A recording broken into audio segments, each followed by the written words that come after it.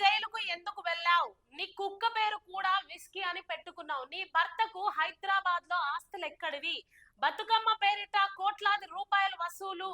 హరీష్ ను పంపేయాలని, కేటీఆర్ ను అరెస్టు చేయించాలని కుట్రలు. నీలాంటి కుక్కలు చాలా మొరుగుతుంటాయి. కవితపై ఎమ్మెల్యే మాధవరం కృష్ణారావు ఫైర్ అయిందంట. చూడండి, నీలాంటి కుక్కలు చాలా మొరుగుతాయి.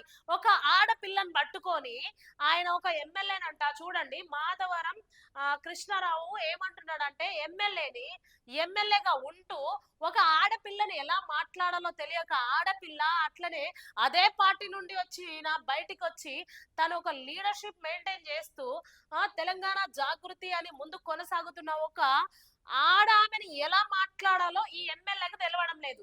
చూడండి, నీలాంటి కుక్కలు చాలా మరుగుతుంటాయంట. ఇట్లనే మాట్లాడతారా? బిఆర్ఎస్ లో ఉన్న ఈయన చూడండి, మాధవరం కృష్ణారావు ఫైర్ అయిందంట. ఎవరి మీద? ఎమ్మెల్యేపై, కవితపై ఎమ్మెల్యే మాధవరం కృష్ణారావు ఫైర్. నీలాంటి కుక్కలు చాలా మరుగుతుంటాయి. ఒక ఆడపిల్లను ఎమ్మెల్యే ఇలా మాట్లాడొచ్చా? అక్కడ ఆమె కవిత అని వదిలేయండి, లేకపోతే కేసీఆర్ కూతురు అని పక్కన పెట్టండి. అయితే ఇక్కడ ఆమె ఒక ఆడపిల్లగా ఉన్నప్పుడు ఎమ్మెల్యే అధికారంలో ఉన్న ఆయన, లేకపోతే ఒక నాయకత్వం వహించిన ఆయన ఆడపిల్లను కుక్కలా మురుగుతున్నావు అని మాట్లాడొచ్చా?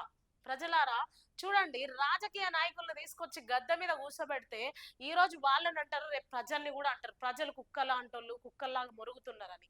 ఇట్లా ఎమ్మెల్యేలు ఉంటే మన రాష్ట్రం ఎలా బాగుపడుతుంది? చూడండి, ఆలోచించండి. సరే, ఆమె ఏం స్కాములు చేసిందో అధికారులు బయట పెడతారో. ఆల్రెడీ కేసు అయింది, జైలుకు పోయి వచ్చింది. ఆమె చెప్పుకోవాల్సిన వాదన కోర్టుకు ఆమె చెప్పుకుంది. మరి అందులో నిజాలు ఎంతున్నాయి, అబద్ధాలు ఎంతున్నాయి అనేది అధికారులు, ఎవరైతే కోర్టు ఉందో అది బయట పెడతారు. అయితే నీ కుక్క కూడా విస్కీ అని పేరు పెట్టుకున్నావా అని అన్నాడు ఆయన. అది ఓకే.